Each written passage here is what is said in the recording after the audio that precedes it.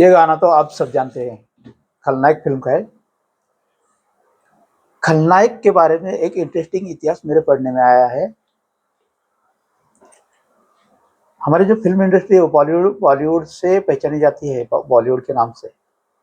ये बहुत बड़ी इंडस्ट्री है, इसमें बहुत सारे लोग मशहूर हुए हैं। इस इंडस्ट्री में बहुत सारा पैसा कमाया है। इंडिया में जितने भी कंपनीज इंडस्ट्रीज है, सर्विस सेक्टर इंडस्ट्री है, उससे भी बड़ी इंडस्ट्री है फिल्म इंडस्ट्री। और इस फिल्म इंडस्ट्री के दो ही पिलर है, एक है नायक और दूसरा है खलनायक। इन दोनों पिलर के ऊपर ही हर कोई फिल्म बनती है और हर किसी फिल्म में यही दो कैरेक्टर कॉमन होते हैं, जिसमें जो विलन या खलनायक होता है वो बुरे काम करता है, बुरे कामों को अंजाम देता है, और जो नायक होता है, जो हीरो होता है, वो अच्छे कामों को अंजाम देता है। यानी कि विलन जितना भी बुरा काम करेगा उससे लड़ने का काम नायक करता है, हीरो करता है। और ये सेम थीम लाखों फिल्मों में यही है, चाहे किसी भी भाषा में वो फिल्म हो। और इसी बात का मतलब यही इंटरेस्टिंग बात है कि मैं एक किताब पढ़ रहा था, जिस किताब का नाम है डॉक्टर बाबा साहब अम्बेडकर लिखित revolution and counter revolution in ancient India. ये मराठी में ट्रांसलेटेड किताब है, भाषांतरित किताब है, मूल रूप से इंग्लिश में लिखी गई थी। और इस किताब में बाबा साहब लिखते हैं कि जो प्राचीन काल से जो संघर्ष चला आ रहा है क्षत्रिय और ब्राह्मण इन दोनों में, उस संघर्ष के कई उदाहरण देते हुए बाबा साहब ने एक उदाहरण ऐसा दिया है जिसमें जो हमारे फिल्म इंडस्ट्री का खलनायक है उसका इतिहास हमें देखने को मिलता है, पढ़ने को मिलता है, सामने आता है। ये जो नायक और खलनायक, नायक यह शब्द दोनों में कॉमन है शब्द, लेकिन खल जो है इसी से खलनायक ये कैरेक्टर बना और शब्द भी बना है, बुरे काम करने वाला फिल्मों में। और असलियत में भी कुछ लोग ऐसे काम करते हैं। इसमें बाबा साहब लिखते हैं कि ये मराठी की किताब है, मैं कुछ उदाहरण यहाँ पे पढ़ के आपको सुनाता हूँ। उसमें मूल रूप से जो संघर्ष चल रहा था ब्राह्मण और क्षत्रिय में कि सर्वश्रेष्ठ कौन है और सबसे ज्यादा अधिकार किसे मिलने चाहिए, इस बात को लेकर तो ये संघर्ष दोनों में चल रहा था।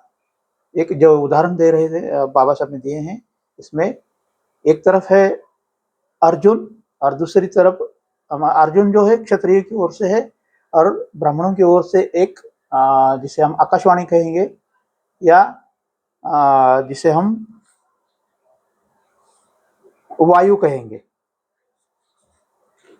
जो आकाशवाणी है यानी वायु जो है वो अर्जुन को समझा रहा है कि तू अगर क्षत्रिय है लेकिन तुझसे भी सर्वश्रेष्ठ ब्राह्मण है। ऐसे कई सारे उदाहरण देके वो अर्जुन को समझा रहा है। उसमें का एक उदाहरण बाबा साहब ने यहाँ पे दिया है, मैं वही आपको मराठी में है पढ़ के सुनाता हूँ। लिखा है, वायूने अर्जुनाला हे सुद्धा सांगितले की एकदा जेव्हा आदित्यगण यज्ञ करीत होते आणि त्यांचा खल नावाच्या दानवाशी संघर्ष झाला, कारण ते हजारोच्या संख्येने त्यांची हत्या करण्याकरिता आले होते। आदित्यगण कशा प्रकारे इंद्राच्या जवळ पोहोचले व इंद्राने दैत्यासोबत युद्ध केले तरीही आदित्यांना विजय मिळाला नाही। तेव्हा ते ब्राह्मण ऋषी वशिष्ठाकडे मदतीकरिता गेले। तेव्हा कशा प्रकारे वशिष्ठाने आदित्यांवर दया करून दानवांना जिवंत जाळून टाकले आणि आदित्यांचे संरक्षण केले। अब ये जो उदाहरण है इसमें। आकाशवाणी यानी वायु कह रहा है कि हम श्रेष्ठ है, तू क्षत्रिय है अर्जुन, लेकिन तुझसे भी हम श्रेष्ठ है। इसका एक उदाहरण ऐसा है कि जब आदित्यगण यज्ञ कर रहे थे, उस वक्त खल नाम का एक दानव अपने हजारों की सेना को लेकर आदित्य गणों पर आक्रमण करने आया था, और आदित्यगण ने उससे बचने के लिए इंद्र से रिक्वेस्ट की कि मुझे मदद करे, ताकि मैं उस खल नाम के दानव को, उसकी सेना को मैं हरा सकूं। इंद्र ने उसका सहयोग दिया आदित्यगण का, लेकिन फिर भी आदित्यगण पराजित रहे। उसके पश्चात आदित्यगण ने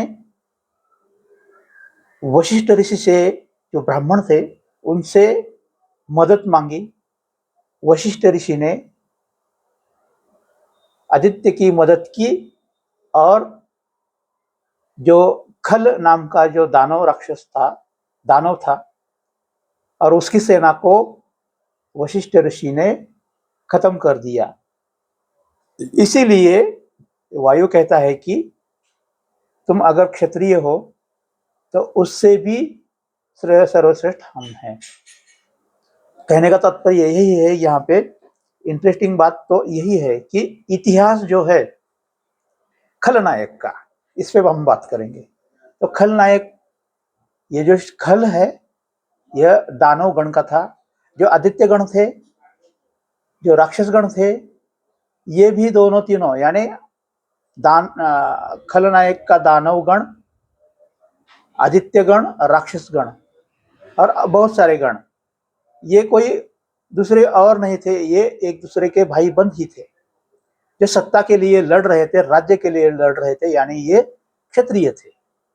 और इसीलिए वहां पे वो जो खल था, उसने वो आदित्यगण पर आक्रमण किया था, और उसके बाद वशिष्ठ ऋषि ने उन्हें हरा दिया। अब कहने की बात यही है कि हमारे फिल्मों में जो खलनायक दिखाते हैं, वो इसी खल से वो उनका नाम लिया गया है, और आगे नायक लगाया गया है, खलनायक।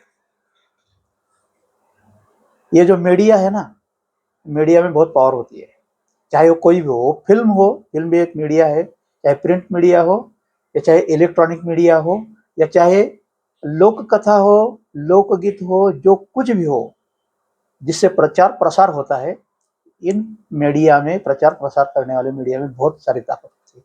अब ये जो खल जो था, दानव था, लेकिन जो दानवों की सेना थी, उनके लिए वो नायक था।